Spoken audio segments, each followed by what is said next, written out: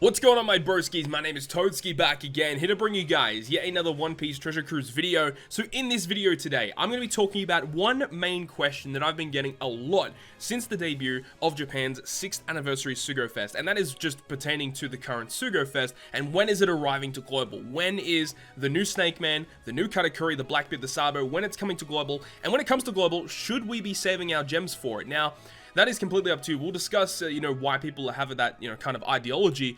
It's definitely not a bad ideology. I can understand where people are coming from. We'll discuss it more in this video. But before we get to that, I want to talk about every upcoming Suger Fest before we get to that point, because depending on what Suger Fest comes out, that may change your opinion as to what you want to be spending gems on, but it really depends on your account, what you're missing, what you would like to get your hands on, which characters are your favorite. And that's also one big thing to take into consideration is if there is a certain character that's releasing and you're a massive fan of that character, like every single character that's going to be releasing from here on out is pretty good. Like, I wouldn't say any of them are overall bad legends. It's just some see more play than others. All of the legends that we'll be talking about are pretty good.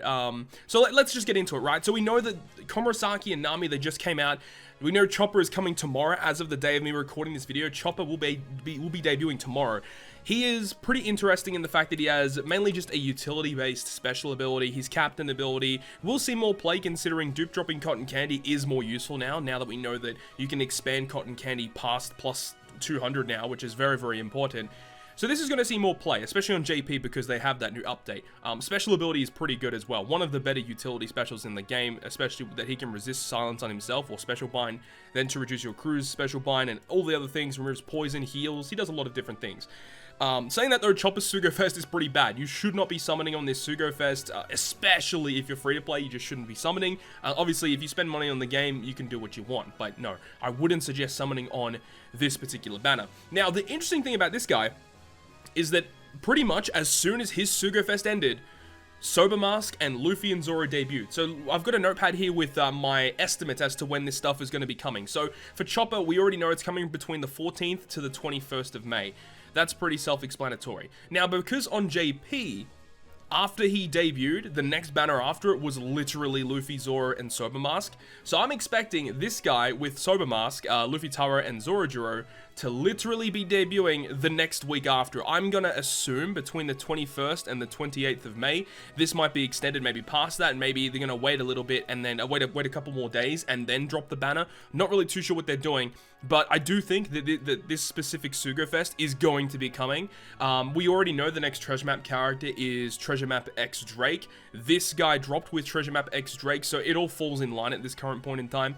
Both of these characters are like top tier characters. Even with the release of the 6th anniversary on JP, in terms of Japan standards, these characters are still like top tier amazing characters.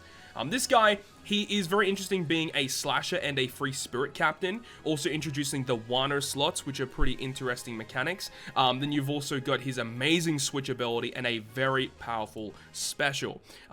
So he's great, and another really good thing I like about this guy is the fact that he classifies himself as either a Luffy or a Zoro character.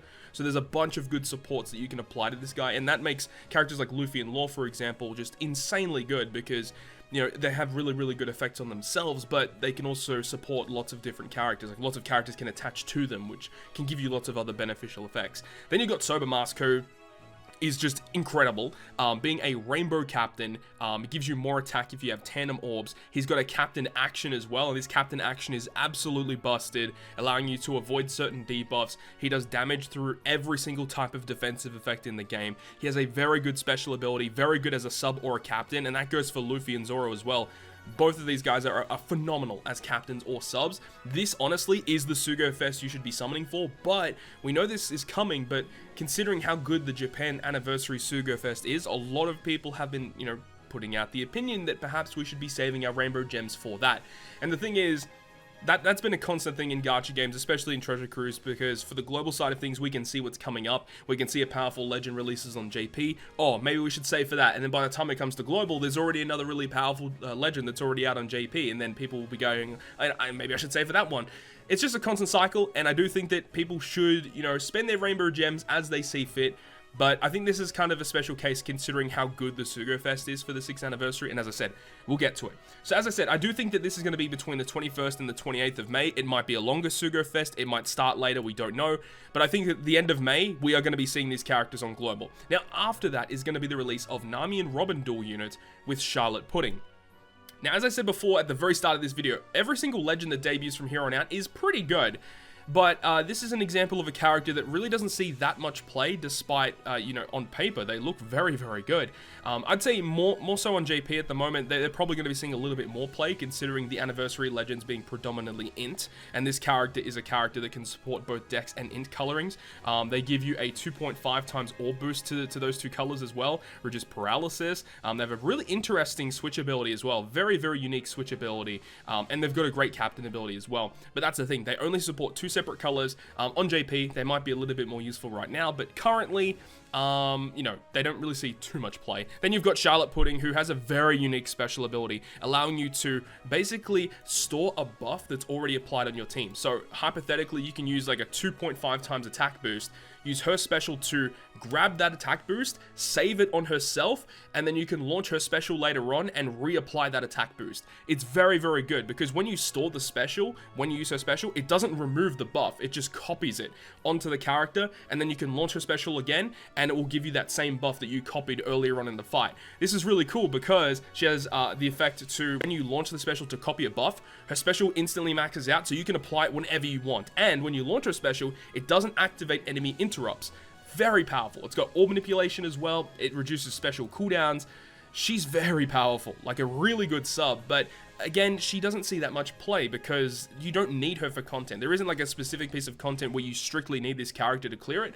But as I said, considering the Anniversary Legends are int related, this character might start seeing more play. Now, when do I think that that's going to be dropping? So my assumption is that Luffy, Tara, and Zoroark are going to be dropping towards the end of May. I would expect Nami Robin to start coming out on late June or early July. So 3 to 4 weeks after Luffy, Tara, and Zoroark is probably when I'd expect Nami and Robin and Pudding to drop. A lot of people have been saying, you know, what if they just, you know, shorten it so they release a lot of batches really quickly? I would like that to try and catch up to JP, but at the same time, there are so many other events that surround these characters. It's a little tricky to do that, considering they have to release these certain events. Like even treasure maps, right? They have to come out at certain times. Otherwise, we will be behind in the free-to-play treasure maps, which is not good. We don't want to be behind in those. Suger Fest batches, you know, they can do whatever they want, but for the free-to-play content, they need to stagger that out, obviously, to not burn out the players. So, yeah, I do think late June, early July, we'll be seeing Nami, Robin, and Pudding. So now moving along, the next one we're going to be talking about is the Arlong Crew Legend. So this is the introduction of the crew mechanic. It's just a dual unit, just with a very, very different style of dual unit. So Arlong is the main character, and then when you switch, you'll switch to Karubi, Hachan, and Chu. So it's a very, very odd style of combination. This character is pretty much like a rainbow version of Hody Jones. Like if you guys remember Legend Hody Jones, he's just a rainbow version of him, but better, like way, way better. 4.25 captain in dual form, 3 turns of cooldown at the start of the fight. You lose HP every turn. You need one of every color in order to fulfill his condition.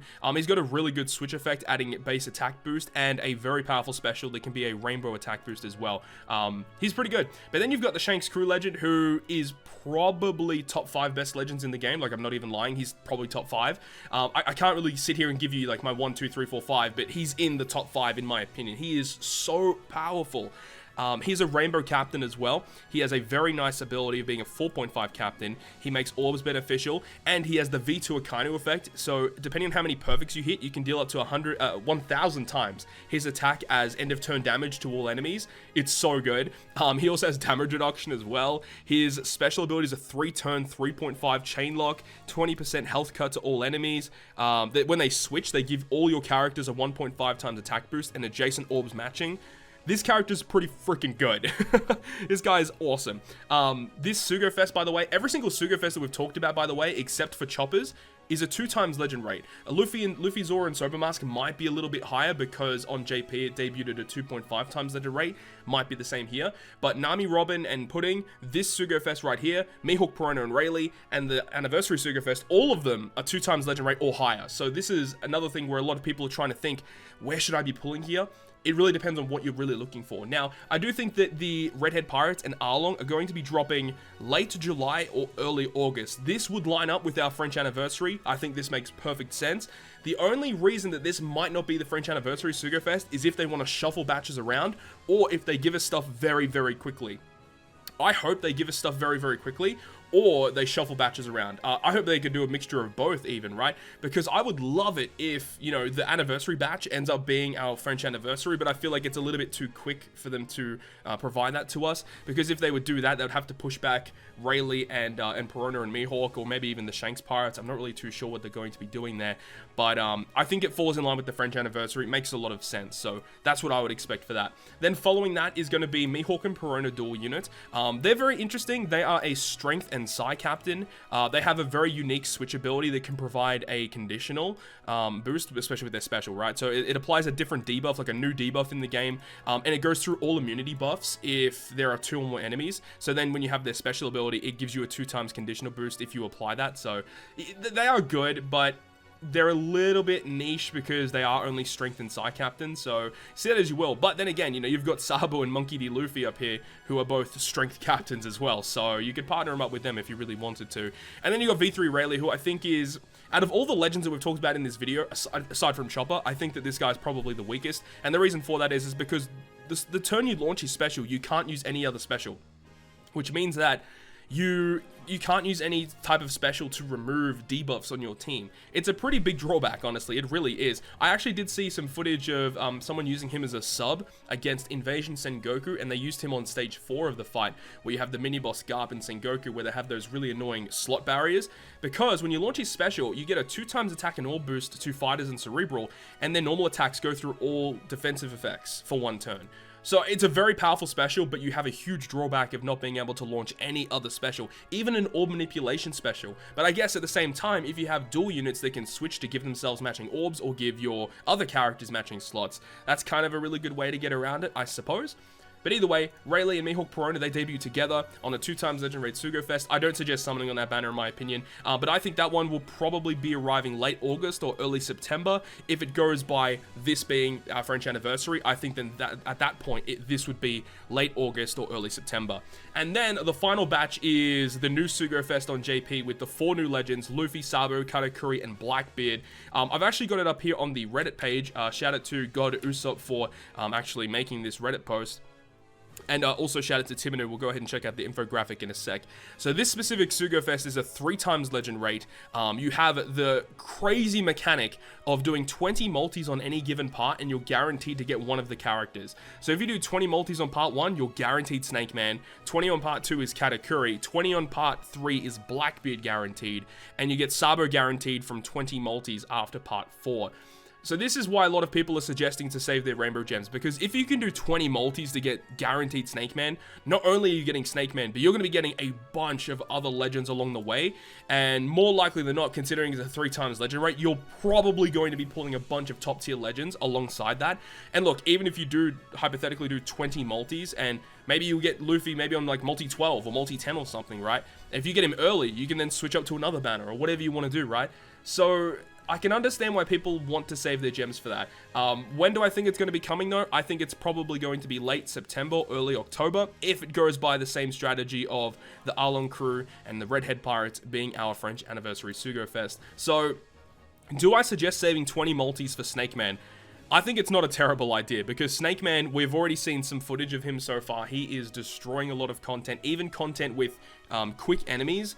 You can just run some Dex characters, they still get a 3.75 boost, and with Luffy's special ability and his super typing activation, you can get a 2x attack boost, a 2.5x orb boost, a full board of matching orbs, all just from one character, which opens up your crew for a lot of space for utility, which is very good. And you guys already know, for you guys who have been long-time viewers of the channel, you guys would know that I love characters that provide attack, orb boost, or manipulation within their kit as a captain, because that opens up so much space for your crew members for utility. I think that's a fantastic combination of abilities to have, and Snakeman is able to do that.